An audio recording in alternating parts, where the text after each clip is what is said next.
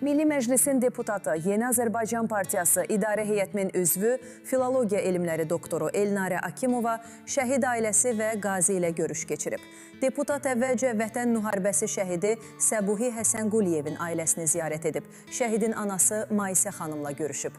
Görüş zamanı qəhrəman döyüşçünün uşaqlıq illəri, döyüş yolu və şəhadətə yüksəlişi barədə söhbət aparılıb. Qeyd edək ki, Səbuhi Həsənquliyev 2002-ci il aprelin 11-də Ucar rayonunun Boyat kəndində anadan olub.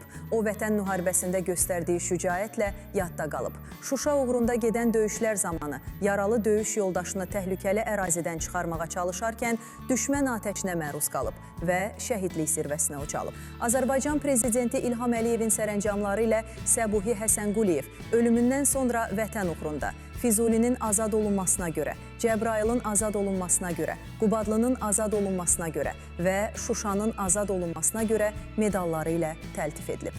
Daha sonra Elnarə Akimova Vətən müharibəsi qazisi Həsrət Quliyevi də evində ziyarət edib. Döyüşlər zamanı boyun nahiyəsindən ağır güllə yarası alan qazi hazırda yataq xəstəsidir. Görüş zamanı onun mübarizə əzmi, həyata bağlılığı və yüksək mənəvi gücü xüsusi vurğulanıb. Görüşlərdə şəhid ailələrinə və qazilərə göstərilən diqqət və qayğının vacibliyi qeyd olunub. Onların qəhrəmanlığının Azərbaycan xalqının yaddaşında daim yaşayacağı bildirilib. Şəhidlərimizin əziz xatirəsini ehtiramla yad edir. Qazilərimizə möhkəm can sağlığı arzulayırıq.